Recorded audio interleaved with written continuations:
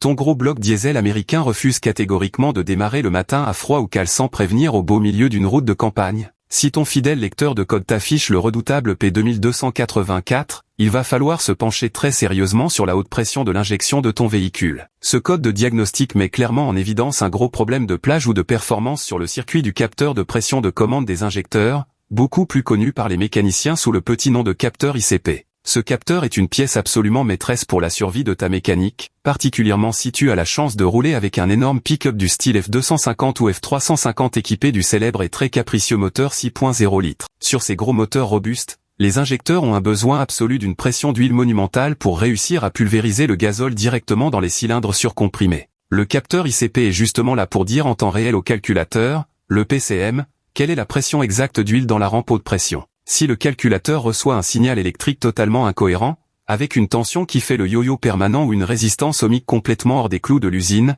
il ne sait absolument plus comment gérer le calage millimétré de l'injection. Résultat inévitable, ton moteur est subitement privé de son précieux carburant, la pression d'huile s'effondre dramatiquement et tu restes lamentablement planté sur le bord de la chaussée. L'erreur classique et très coûteuse face à ce code, c'est de courir au comptoir des pièces détachées pour acheter une nouvelle pompe à huile haute pression ou un capteur neuf sans jamais réfléchir. Avant de faire fumer ta carte bleue, commence toujours par la base absolue de la mécanique en vérifiant tout simplement tes niveaux d'huile et de carburant avec les jauges. Une simple baisse critique du niveau d'huile moteur empêchera physiquement le système hydraulique de monter en pression, déclenchant ce code d'erreur de manière indirecte. Ensuite, il faut impérativement et minutieusement inspecter le câblage de ce capteur. Ce petit composant fragile est très souvent situé dans un endroit extrêmement confiné, constamment soumis à de très fortes chaleurs rayonnantes et à des fuites d'huile potentielles. Si la prise électrique est littéralement gorgée d'huile noire, c'est le signe indiscutable que le minuscule joint interne du capteur a lâché et qu'il faut le remplacer sans attendre. Traque le moindre fil fondu, écrasé par une clé lors d'un ancien entretien ou dénudé qui pourrait faire un méchant court-circuit contre le bloc en fonte. Prends ton multimètre et vérifie sans trembler que tu as bien une tension de référence très stable d'environ 5 volts qui arrive au fond du connecteur. Prends vraiment ton temps pour valider chaque fil un par un,